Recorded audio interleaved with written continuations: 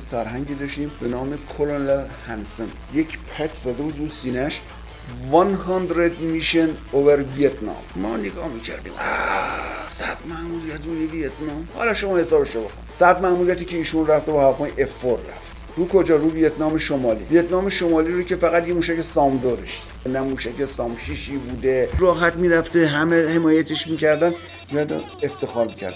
بچه‌های ما اردستانی رو که از من سوال کردین نزدیک به 500 مأموریت با هواپیمای F5 رفته با اون شرایط جنگی. با اون شرایط جنگی قابل مقایسه نیست. مردونگی ها، شجاعت ها که اینها رو یک روزی مردم ما بایستی مثل یک گردن آویز به گردنشون آویزون بکنن اسم این عزیزان ما.